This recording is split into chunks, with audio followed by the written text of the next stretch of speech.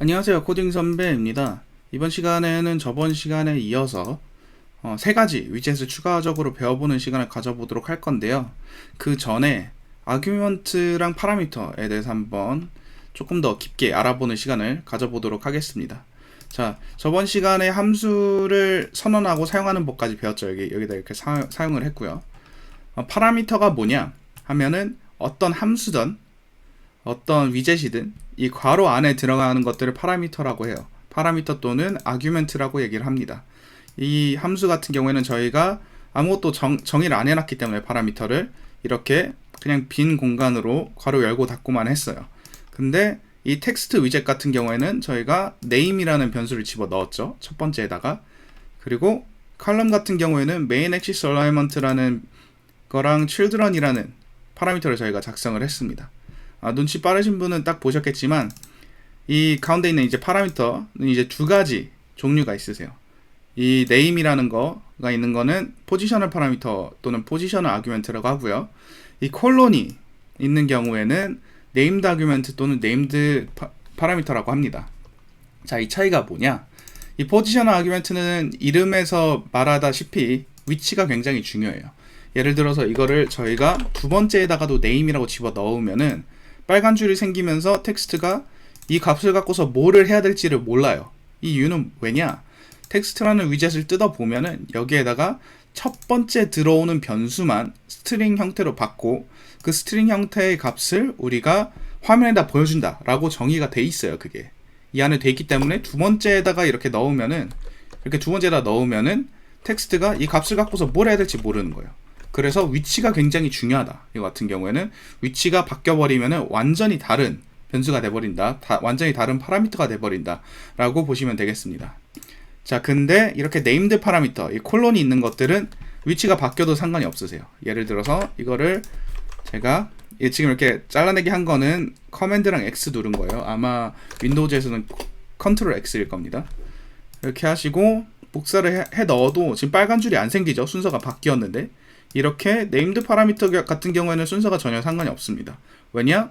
왼쪽에 있는 게 어떤 파라미터를 내가 정의를 할 것인지 이렇게 써져 있고 콜론을 사이로 두고서 오른쪽에 값이 있기 때문에 이게 순서가 바뀌어도 알아요. 이 컴퓨터가 이거는 지금 children이라는 거에 대한 값을 넣어놓은 거구나. 여기는 지금 main axis alignment라는 거에 대한 값을 넣어놓은 거다 하고서 알기 때문에 순서가 바뀌어도 전혀 상관이 없습니다. 자, 그런 차이가 있다고 생각을 하시면 되겠어요. 자, 오늘은 row랑 컬럼에 대해서 배워볼 거니까 지금 이거는 지우고 자, 처음부터 다시 한번 작성을 해볼게요. 코드를 많이 쓰는 습관을 들여야 하기 때문에 컬럼이라고 쓰고 children 이렇게 집어 넣을게요. 그리고 안에다가 코딩 선배 라고 이렇게 넣겠습니다. 자, 하고 저장을 해보면은 저희가 맨 처음에 나왔던 것처럼 이렇게 코딩 선배 이렇게 나오죠. 자, 여기에서 컬럼에서 children 같은 경우에는 배열을 받아요. 이렇게 큰 괄호가 사용이 돼 있으면은 이거는 배열, 리스트 또는 어레이라고 하는 여러 가지 값을 받을 수 있는 형태인데 예를 들면 저희가 텍스트 하고서 에이핑크 텍스트 하고 좋아요 하고 만약에 이렇게 적는다면은 이게 그대로 순서대로 적힙니다. 나오죠? 코딩 선배 에이핑크 좋아요 이렇게. 그러면은 여기에서 저희가 아까 본 다른 네임드 파라미터에 대해서 한번 알아볼게요. main axis element 하고서 점을 찍으면은 이렇게 하나, 둘, 셋, 넷, 다섯, 여섯, 일곱 가지 값이 있어요. 이 values는 저희가 사용을 못하고 여기서 이거를 빼면 이제 6가지 값을 저희가 사용을 할 수가 있는데 이게 컬럼, 그러니까 세로로 어떻게 정렬을 할 건지 children에 있는 것들을 어떻게 정렬을 할 건지를 정의를 해주게 돼요. 예를 들어서 저희가 여기다가 start를 집어넣게 되면은 저장을 했을 때 자, 시작에 이렇게 있죠. 이게 디폴트 값이에요. 만약에 end를 넣게 되고 저장을 하면은 이렇게 끝에 위치를 하게 됩니다. end라고 했으니까 센터는 저희가 이미 써왔죠. 센터라고 하면 가운데로 가게 되고 이런 것까지는 쉬웠는데 조금 이제 특이한 것들 이렇게 스페이스 비트윈을 예를 들어서 한다면은 이렇게 똑같은 간격으로 나눠집니다. 간격이 똑같이 이렇게 나눠지는 거예요. 그리고 스페이스 어라운드 같은 경우에는 자, 이렇게 나뉘어요. 이거 좀 특이하죠? 이거는 끝과 끝에 끝과 끝에 있는 간격도 포함이 되는 건데, 이 끝과 끝의 간격이 실제 저희가 실드런 안에 집어넣은 간격들의 반만큼, 딱 여기서 여기까지 이제 반만큼이 여기에 들어가게 됩니다. 그게 스페이스 어라운드예요. 끝과 끝에 중간중간에 있는 간격의 반이 들어간다, 이렇게 생각을 하시면 되겠어요. 스페이스 이븐리 같은 경우에는, 자, 저장을 하니까 아까와 차이, 여기랑 여기가 조금 더 넓어졌죠. 스페이스 이븐리를 할 경우에 모든 간격이 다 똑같습니다. 네, 모든 간격이 다 똑같게 이렇게 배치가 된다 라고 보시면 되겠습니다. 자, 이게 컬럼에 대한 거였고, 지금 여기에다가 센터로 바꿔 놓을게요. 센터로 바꾸고서 이렇게 가운데다 놓겠습니다. 자, 만약에 그러면은 로우라는 걸 추가적으로 배워볼 건데, 로우도 똑같아요. 이름만, 위젯 이름만 다르고 여기에다가 받는 값은 다 똑같습니다. children하고 얘도 메인 엑시스 얼라이먼트 한 다음에 똑같은 값을 받아요. 자, 이렇게 똑같죠? 형태. 지금 이 로우랑 컬럼이냐 이 차이만 있죠? 저희가 이거를 그대로 잘라내 가지고 텍스트들을 로우 안에다 집어넣어 볼게요. 그러니까 이 텍스트들은 지금 컬럼 안에, 로우 안에, children에 있는 거예요. 그쵸? 세로로 정렬을 한번 하고, 세로로는 이제 가운데로 저희가 정렬을 했고, 가로로는 지금 저희가 스타트에 정렬을 한 거예요. 그러면은 예상하시다시피, 자, 로우, 이제 이게 가로로 정렬이 됐어요. 그래서 시작에 붙었죠. 시작 부분에 이렇게 붙었죠. 스타트라고 했으니까. 이거를 엔드라고 다시 해볼게요. 컬럼에서 한 것처럼 끝에 붙죠. 세로로는 가운데 정렬이 됐고, 지금 로우로는 지금 오른쪽 끝에 붙었죠. 그죠? 그리고 센터라고 하면은 어떻게 될까요? 당연히 가운데, 가운데 이렇게 되는 거죠. 가운데 이제 정렬이 둘 다 된 겁니다. 여기에서 똑같이 스페이스 비트윈 사용을 하게 되면은 이렇게 코딩 선배 에이핑크 좋아요. 이렇게 됐죠? 이렇게 되면은 끝과 끝에 있는 간격은 신경을 안 쓰고 이 텍스트 실드런 안에 있는 것들만 간격을 똑같이 나눠주는 그런 형태죠. 스페이스 이븐리 하게 되면은 모든 간격이 똑같은 경우 스페이스 이븐리, 그쵸? 그리고 스페이스 어라운드 하고 저장을 하면은, 네, 이쪽 끝과 끝 간격은 차일드와 차일드 사이에 있는 간격의 반이 되는 경우, 그쵸? 쉽죠? 똑같습니다. 컬럼이랑 로우를 사용을 하면 이렇게 여러가지 배치를 자유자재로 할 수가 있으세요. 만약 여기다가 추가적으로 children 이렇게 넣고서 구독과 복사한 다음에 좋아요 부탁드립니다. 이렇게 작성을 하고서 저장을 하면은 이렇게 바로 밑에 또 들어갑니다. 다만 이 로우에다가는 저희가 정의를 안 했기 때문에 디폴트 값인 main axis alignment가 main axis alignment start로 돼 있어서 이렇게 다 붙어 있는 거예요. 칼럼에서 스페이스 비트윈을 저희가 해 놓으면은 이게 어떻게 된다 그랬죠? 스페이스 비트윈 잘 안 보이니까 스페이스 어라운드라고 할게요. 스페이스 어라운드를 만약에 해 놓으면 어떻게 된다 그랬죠? 예. 위아래 값은 중간에 있는 거의 반만큼 띄워준다. 그래서 여기도 똑같이 스페이스 어라운드를 해줄게요.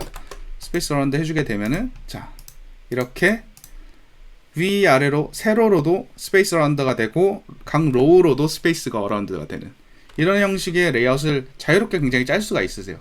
조금 처음 배우시니까 복잡할 수가 있는데 금방 배우십니다. 이거는 조금만 여러 번 써보면은 금방 이해를 하기 때문에 별로 어렵게 생각하지 마시고, 자, 여기까지 따라오셨으면은 굉장히 일단은 잘하신 거예요. 여기다 이제 추가적으로 컨테이너에 대해서 한번 배워보도록 할게요. 컨테이너는 뭐냐? 자, 로우 여기까지 두고 컬럼 안에다 계속 넣을게요. 컨테이너 라고 하면은 얘는 이제 값을 뭘 받을 거야? 얘는 child라는 거를 받습니다. child. 얘는 하나만 받는 거죠. 그러니까 하고서 컨테이너 라고 작성을 해볼게요. 하고 얘를 가운데로 넣겠습니다.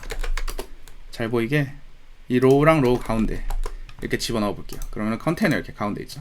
자, 일단은 컨테이너가 어떤 역할을 하는지를 알아야 되니까, 컨테이너 같은 경우에는 저희가 꾸미는 역할을 할 때 굉장히 유용합니다. 이 안에서 예를 들어서 컬러라고 한 다음에 컬러스 하고서 뭐 핑크를 할게요. 하고서 저장을 하면은, 자, 이 둘레가 핑크가 됐죠. 네. 컨테이너 안에다가 텍스트를 넣었으니까 지금 컨테이너는 핑크가 되고 텍스트는 그대로 그 안에 보여지게 되는 겁니다.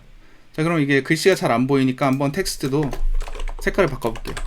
스타일이라는 네임드 파라미터가 있는데 여기에다가 저희가 텍스트 스타일이라는 값을 넣을 수가 있어요. 여기서 컬러는 colors.white 화이트라고 이렇게 해주면은 조금 더 잘 보이겠죠. 이렇게 컨테이너는 핑크색이 됐고 텍스트 같은 경우에는 지금 흰색으로 된 이런 케이스가 되는 겁니다. 자, 뭐 여기에다가 추가적으로 데코레이션이라는 것도 사용을 할 수가 있어요. 데코레이션은 박스 데코레이션이라는 거를 넣을 수가 있는데, 데코레이션을 사용하게 되면 컬러 값을 넣지를 못합니다. 컨테이너 바로 밑에다가 넣지 못하고 이거를 데코레이션의 박스 데코레이션 안에다 넣어야 돼요. 하고서 컬러스 하고서 핑크 이렇게 하시면은 저장했을 때 자 그대로 남아있죠. 만약에 이거를 두 개를 같이 정의를 하시면은 자 이렇게 에러가 나요. 보시면은 컬러가 널이거나 데코레이션이 널이어야 된다. 둘 중 하나가 널이어야 되는데 지금 둘 다 정의를 했기 때문에 안 된다는 뜻이거든요. 이거를 잘라내고서 이 안에다 집어 넣어줘야 됩니다. 그러면은 이렇게 컨테이너 하고서 핑크색을 정의를 할 수가 있어요. 잠깐 흰색으로 되돌려 놓을게요. 화이트로 다시 바꿔놓고 보더라는 게 있습니다. 보더에서는 보더라는 값을 받게 되는데 이게 좀 여러가지 값을 정의를 할 수가 있어요. 근데 일단은 저는 사면에다가 다 보더를 정의를 하는 거를 한번 보여드릴게요. 보더.all 이라고 하고 컬러부터 정의를 하고 컬러스 하고서 블랙 넓이는 1픽셀로 하겠다 하고서 저장을 하면은 보시다시피 이렇게 네모나게 보더가 나옵니다. 색깔 다시 지울게요. 지우면 검정색이 되겠죠. 네, 이렇게 보더가 나옵니다. 이렇게 보더가 나오죠. 이렇게 보더가 나오는 걸 볼 수가 있으세요. 보더 레디우스라는 게 있는데 저는 보더 레디우스라는 값을 받으세요. 예를 들어서 보더 레디우스 좀 circular 라고 하고서 4.0 이라고 정의를 하면은 4.0 픽셀로 굴곡이 이렇게 생깁니다. 이렇게 굴곡이 이렇게 생기는 걸 볼 수가 있어요. 이거를 넓히면 넓힐수록 1에 가까워지겠죠. 네, 이런 식으로 이 차일드 안에 들어가 있는 위젯에 뭔가의 디자인을 할 수가 있어요. 이거를 감싸고 있는 것에 대한 디자인을 많이 할 수가 있고 그런 형태로 많이 사용이 됩니다. 그렇게 알고 계시면 될 것 같고, 이번 시간은 컨테이너랑 로우 그리고 컬럼 이렇게 세 가지에 대해서 한번 알아보았는데, 이게 가장 기본이 되는 배치를 하는 위젯들이세요. 가장 기본이 되는 거고 정말 수도 없이 많이 쓸 겁니다. 저희가 이 안에다가 뭐를 정의를 하고 이 안에서 또 뭘 정의를 하고 이걸 이제 네스팅이라고 하는데, 나중에는 이 안에 또 막 로우가 또 있고 이 안에 또 차일드 해가지고 여기서 또 컬럼이 또 있고 이런 식으로 막 엄청나게 많이 복잡하게 UI를 꾸미게 될 거세요. 나중에 복잡한 UI를 만드는 프로젝트를 하시게 되면은. 그렇기 때문에 이거는 잘 숙지를 해두시고, 그리고 또 나중에 지속적으로 굉장히 많이 사용을 할 거기 때문에 저희가 프로젝트를 진행을 하면서 혹시 이해가 좀 잘 안 되셨으면은 그러면 걱정을 많이 하실 필요는 없으세요. 나중에는 계속 쓸 거기 때문에. 네, 여기까지 따라오셨으면 굉장히 잘하신 거고, 뭐 별로 어렵지는 않았죠. 그냥 뭐 배치하고 뭐 이런 거랑 뭐 보더 넣고 색깔 넣고 이런 것만 했으니까. 그쵸? 영상이 좋으셨으면은 구독과 좋아요 꼭 부탁드리고요. 다음 영상도 최대한 빠르게 제가 가져오도록 하겠습니다. 감사합니다.